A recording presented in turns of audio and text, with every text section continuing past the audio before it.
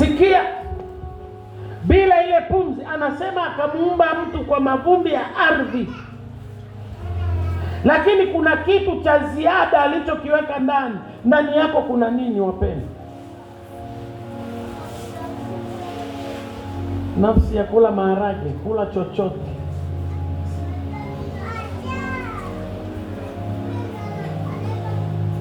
Ule mwili ulioumbwa haukuwa na uhai, hata kama uliitwa mtu. Ndio anasema akapulizia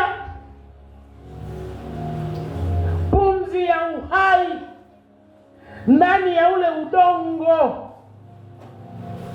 mtu akawa nafsi hai. Nini kilicho hai ndani yako leo?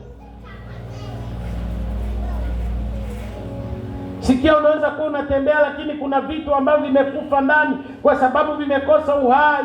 Una uhai kwenye maombi, una uhai katika mawasiliano na Mungu, una uhai katika kusoma neno. Umebaki kuwa mtu wa ibada. Ndio maana unaweza kuamua niende wala nisiende, kwa sababu ndani yako hakuna uhai. Nguvu ya mtu wako wa ndani ndio inayotoa matokeo yako ya mtu wa nje.